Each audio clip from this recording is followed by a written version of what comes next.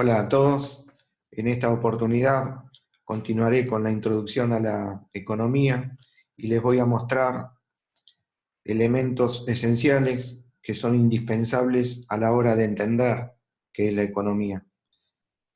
Vamos a utilizar un material para ir compartiéndoles estos elementos.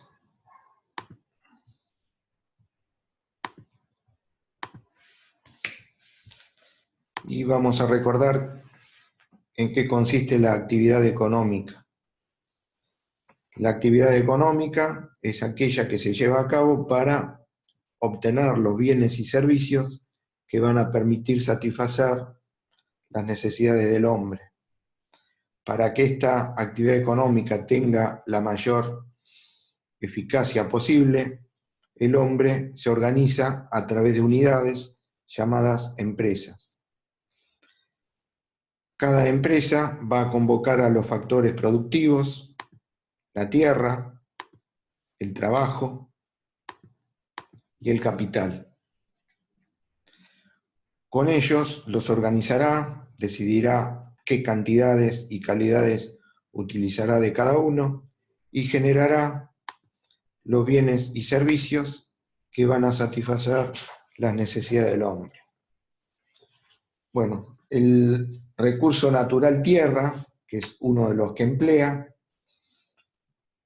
incluye a la tierra que es utilizada por los agricultores, a la misma tierra que se va a utilizar para construir viviendas, fábricas, autopistas, las vías férreas, incluye a los recursos hídricos que permiten transportar mercaderías, generar energía, regar plantas y que a su vez es elemental para la salud del ser humano.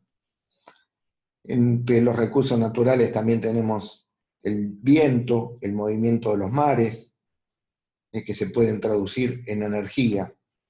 A este tipo de energía es a la que se conoce como renovable. Y también dentro de los recursos naturales tenemos los minerales, los metales. El recurso trabajo incluye todos los esfuerzos físicos e intelectuales que realiza el hombre.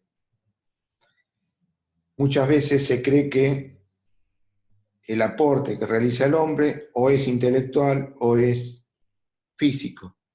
En realidad, cualquier actividad que realice el ser humano incluye ambas, tanto el esfuerzo físico como el intelectual.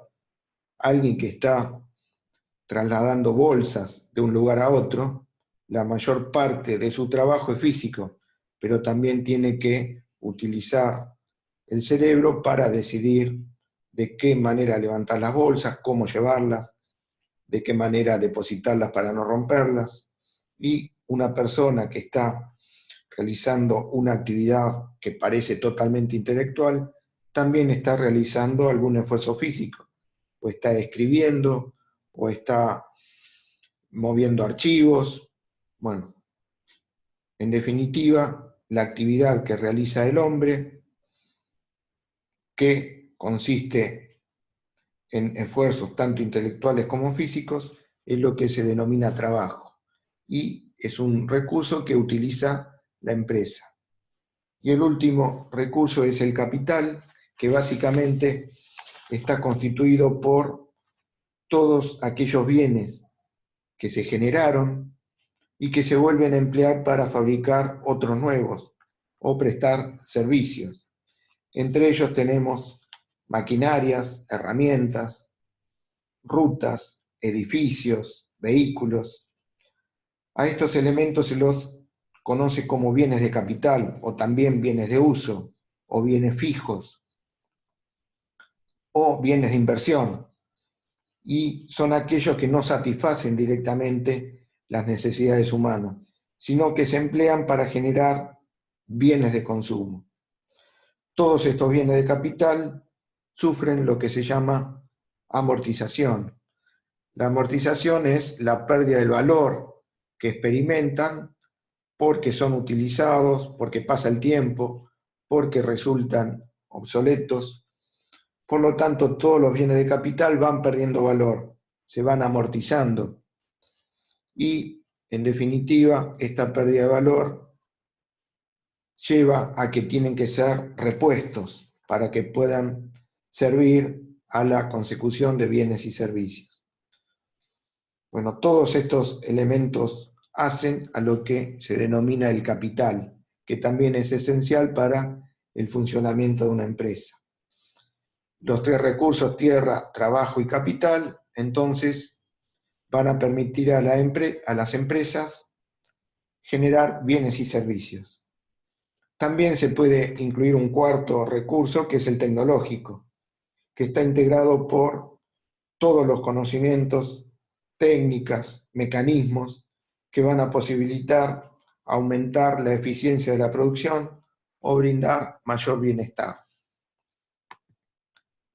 ¿no? Los protagonistas de la economía son tres. A estos protagonistas también se los llama actores económicos y son las familias, las empresas y el Estado. Bueno, el actor económico familia decide cuánto trabajo aportar, qué retribución mínima va a estar dispuesta a recibir, qué bienes adquirir, qué cantidades de ellos, cuánto de sus ahorros invertirán, a quiénes se lo prestarán, qué empresas crearán o gerenciarán, qué servicios quieren recibir. Todo esto incluye las decisiones de las familias en su participación en la economía. Otro protagonista de la economía es la empresa. Las empresas deciden qué factores productivos van a utilizar, qué cantidad de cada uno, qué calidades de ellos, qué precios están dispuestos a pagar, qué es lo que producirán, qué cantidad de bienes o servicios, qué precios desean cobrar por estos elementos que producen, qué precios van a pagar por los factores. Es otro de los protagonistas que participan en la economía. Y el último protagonista de la economía es el Estado, que va a decidir qué bienes y servicios va a aportar a la sociedad. Por ejemplo, qué cantidad de policías, qué cantidad de médicos, cuántos docentes, qué salarios se les pagarán a ellos, qué tipos de impuestos van a cobrar, a quiénes se le van a aplicar, a los consumidores, a los productores, a quiénes se va a beneficiar en mayor medida o a quiénes se perjudicará con estos impuestos, qué tasas se van a aplicar. A su vez, el Estado va a decidir cuántos bienes van a adquirir, cuánto pagarán por ellos, qué obras públicas van a construir. En definitiva, estos protagonistas, familias, empresas y estados, son los que deciden cuál es la marcha de la economía. Bueno, todo esto, todas estas decisiones que toman y van a decidir la economía, van a estar rodeadas en un contexto. Va a haber que considerar principios económicos. ¿Sí? Todo el movimiento de los protagonistas de la economía se basan en principios económicos. Bueno, los fundamentales son el de eficiencia y el de conveniencia. Si todos los individuos van a seguir el principio de eficiencia, que establece que se va a llevar a cabo una tarea intentando utilizar la menor cantidad de recursos posibles. Y esto se debe a que hay conciencia que los recursos son escasos. Por lo tanto, si se emplean para una actividad, van a faltar para otra. El principio de eficiencia, entonces, es uno de los que conduce las decisiones de los actores de la economía. El otro principio económico fundamental es el de conveniencia, que enuncia que una persona o un conjunto de personas llevarán a cabo una actividad, una tarea, si consideran que luego de realizarla van a estar en mejores condiciones que al principio. Cada persona, cada actor económico actúa según su conveniencia. También es importante saber que la economía se rige por modelos. Un modelo es un prototipo que pretende representar a algo aparentando serlo, que cuenta con las características esenciales de la realidad, pero carece de detalles u otras características que no son fundamentales. Por ejemplo, cuando vemos la maqueta de un edificio, tenemos la certeza que se trata de eso, de un edificio. No está representando otra cosa. Sin embargo, esta maqueta es un modelo, ya que carece de elementos esenciales que en la realidad tiene un edificio. No tiene los caños que conducen el agua, no tiene servicios eléctricos, no tiene los cimientos, pero sin embargo, cuando lo vemos, estamos seguros que se trata de un edificio. Los modelos tienen supuestos y tienen implicancias. Los supuestos de un modelo son los elementos que se dan a conocer y se consideran esenciales para este modelo. Por lo tanto, estos supuestos descartan o ignoran otros atributos. Depende qué es lo que se quiere mostrar o probar.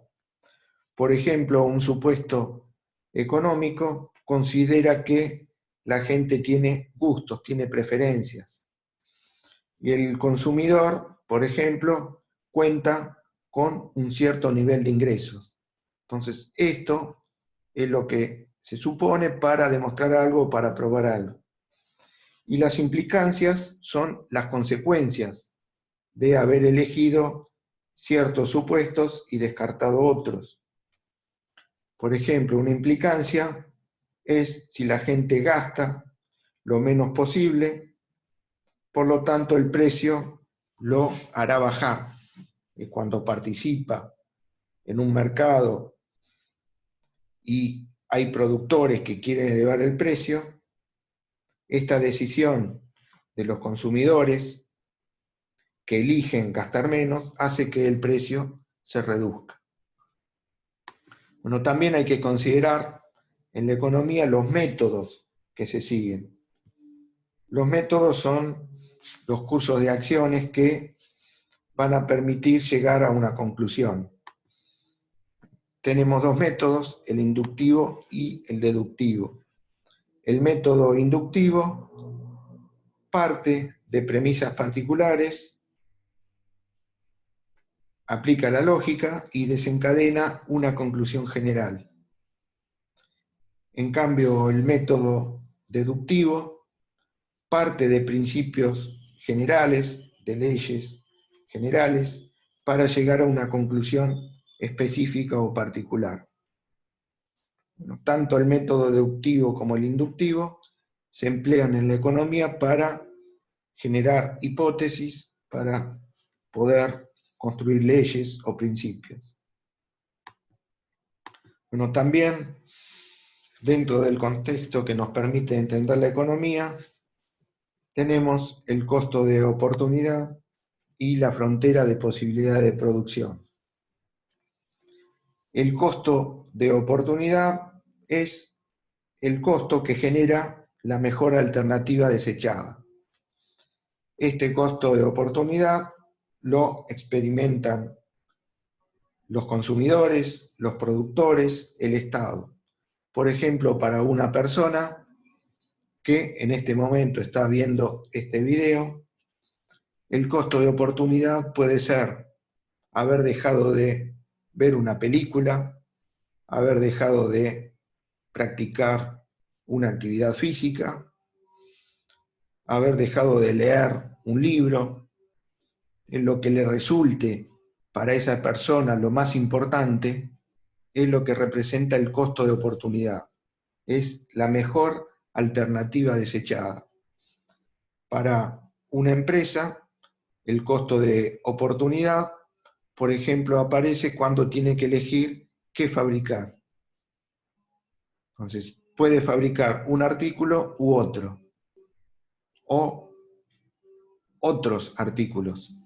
Entonces, el costo de oportunidad va a ser el costo que le genera haber desechado aquel artículo que era la mejor alternativa que podía fabricar. La frontera de posibilidades de producción señala el límite entre aquello que es posible producir y aquello que es imposible. La frontera de posibilidades de producción es el conjunto de combinaciones máximas de producción que se puede efectuar. Vamos a ver un ejemplo para tratar de entender mejor qué es el costo de oportunidad de la frontera de posibilidades de producción. Bueno, acá tenemos un gráfico y una tabla que muestran las oportunidades que tiene de criar vacas u ovejas un productor agropecuario. Este productor agropecuario cuenta con una extensión de terreno, cuenta con instalaciones, cuenta con medicamentos, que va a permitir criar ovejas o vacas. Y acá en la tabla vemos que hay 5 alternativas que tiene este productor ganadero. En la alternativa A puede criar 4 vacas, pero esto le implica que no puede criar ninguna oveja. En la alternativa B puede criar 3 vacas y si cría este número de vacas puede también criar 8 ovejas. En la alternativa C reduce la cantidad de vacas, aumenta la cantidad de ovejas. En la alternativa D, si cría una vaca puede criar 11 ovejas a la vez. Y en la última alternativa, no cría ninguna vaca y puede hacer el criado de 12 ovejas. Pero cada una de estas alternativas es la producción máxima que puede tener este productor ganadero. Y tenemos los costos de oportunidades que significan cada alternativa elegida. Por ejemplo, para pasar de la alternativa A a la alternativa B, criar 4 vacas a criar 3 vacas, esto le genera un costo de oportunidad de 8 ovejas. Reducir la cantidad de vacas criadas posibilita generar 8 ovejas. El costo de oportunidad de esta vaca menos es de 8 ovejas en consecuencia. Para pasar de la alternativa B a la C, es decir, criar 3 vacas a criar 2, esto le genera un costo de oportunidad de 2 ovejas. Puede pasar de 8 a 10. De la alternativa C a la D, le genera un costo de oportunidad de 1. Puede criar una oveja más. Y de pasar de una vaca a no tener ninguna, también le genera un costo de oportunidad de 1. El tipo de curva depende del costo de oportunidad. Acá vemos que la forma de esta curva de frontera de posibilidad de producción es cóncava. Y esto se debe a que el costo de oportunidad es creciente. A medida que la cantidad de vacas va aumentando, el costo de oportunidad también. El costo de oportunidad es creciente. Y esto genera una forma de la curva de frontera de posibilidad de producción cóncava. También podemos observar acá dos puntos, el F y el G, que no pertenecen a la curva. La curva se construyó a partir de puntos. Cada uno de estos puntos, el A, el B, el C, el D y el E, representan las alternativas elegidas. Uniendo estos puntos, se construyó la curva verde que vemos y representa la frontera de posibilidad de producción.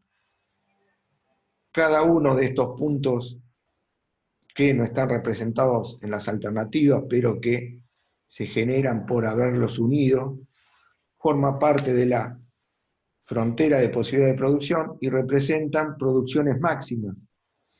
En este caso tenemos animales que no se pueden fraccionar, pero si fuesen productos, entre 3 y 4 podría haber 3,5, 3,8, o litros o kilos que se generan de un producto, se podría fraccionar y todos estos puntos formarían parte de la frontera de posibilidad de producción y se podrían llevar a cabo. En este ejemplo no se pueden llevar a cabo porque los animales son elementos únicos, no se los puede fraccionar. Bueno, entonces les decía, el punto F y el punto G están fuera de la curva de frontera de posibilidad de producción. El punto F representa una producción utópica, algo que no se puede llevar a cabo. Criar 3 vacas y 10 ovejas a la vez es imposible para este productor ganadero. Por lo tanto, los puntos que están por afuera de la frontera de posibilidad de producción son inalcanzables. En cambio, el punto G está por debajo de la frontera de posibilidad de producción y muestra un desaprovechamiento de recursos. Criando una vaca, en este caso se criarían 8, pudiéndose criar 11. Por lo tanto, el punto G muestra un desaprovechamiento de recursos. En la práctica, para las empresas, para un país, se podría aumentar la frontera de posibilidad de producción, ese límite de producción, si se mejora la tecnología, si se capacita más a las personas, se puede expandir la frontera de posibilidad de producción, y esto es lo que se denomina crecimiento económico. Bueno, por último, para introducirnos a los elementos esenciales de la economía, vamos a definir lo que es un mercado.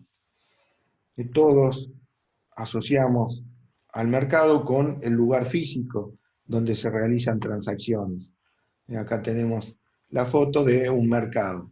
Acá se compra, se vende distintos artículos, pero en realidad un mercado es el ámbito donde se realizan las operaciones de oferta y demanda. Un mercado incluye todas las transacciones, aunque no se realicen en un lugar físico. Por ejemplo, el mercado del petróleo incluye todas las transacciones que tienen que ver con pedidos o entregas de este material, pero no se puede situar en un lugar específico donde se realizan todas estas transacciones.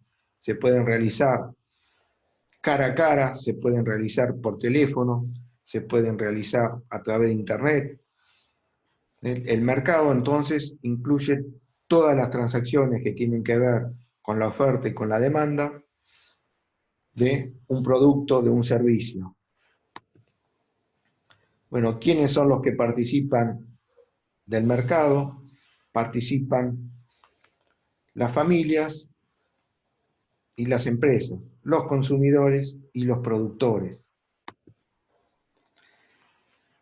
Y de acuerdo a esta participación de productores y de consumidores, se van a establecer los distintos precios.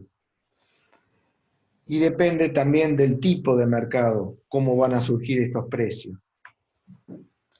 Dentro de los tipos de mercados, tenemos distintas clasificaciones. Por ejemplo, según los elementos que consideremos, tenemos mercados de bienes, que son elementos tangibles que se pueden transar, elementos que tienen naturaleza física. Podemos tener mercados de servicios, de prestaciones que llevan a cabo personas o elementos. Tenemos mercados de factores, factores productivos, que van a posibilitar la producción de bienes y servicios. Tenemos mercados de capitales, por ejemplo, mercado, en este caso incluiría bonos, acciones, dinero, ¿sí?, que son generados por las empresas y luego se van a intercambiar entre distintos participantes. Tenemos mercado de divisas. Las divisas son todas las monedas extranjeras que se cambian en el ámbito local por la moneda nacional. Entonces también surgen mercados de divisas. Si consideramos el tiempo, los mercados pueden ser presentes o a futuro. En los mercados presentes las transacciones se realizan en el momento. En cambio, en los mercados a futuro se realizan intercambios que garantizan entregar productos más adelante o realizar pagos en el futuro. En cuanto a la cuantía de los elementos intercambiados, los mercados se pueden dividir en mayoristas o en minoristas. Los mercados mayoristas son los que transan en cantidades importantes a participantes que luego los van a ofrecer en cantidades menores. Y los mercados minoristas son los que ofrecen los productos directamente al consumidor. Y la última condición, en este caso, para dividir a los mercados, es si se trata de aquellos que cumplen con todas las condiciones, las disposiciones que establece un mercado ideal, o no cumplen con una o con varias de ellas. Entonces, podemos dividir a los mercados en perfecto, que es el que cumple con todas las condiciones establecidas, y los mercados imperfectos que no cumplen con una o varias de ellas. Dentro de estos mercados imperfectos vamos a tener distintas categorías, de acuerdo a la imperfección que lleven a cabo. Vamos a tener, por ejemplo, oligopolios, oligopsonios, monopolios, monopsonios, mercado de competencia imperfecta en su grado máximo, que es el monopolio. Este monopolio puede ser de precio único, puede ser de precios variables. Bueno, esto lo vamos a desarrollar más adelante. Bueno, acá terminamos entonces con este video.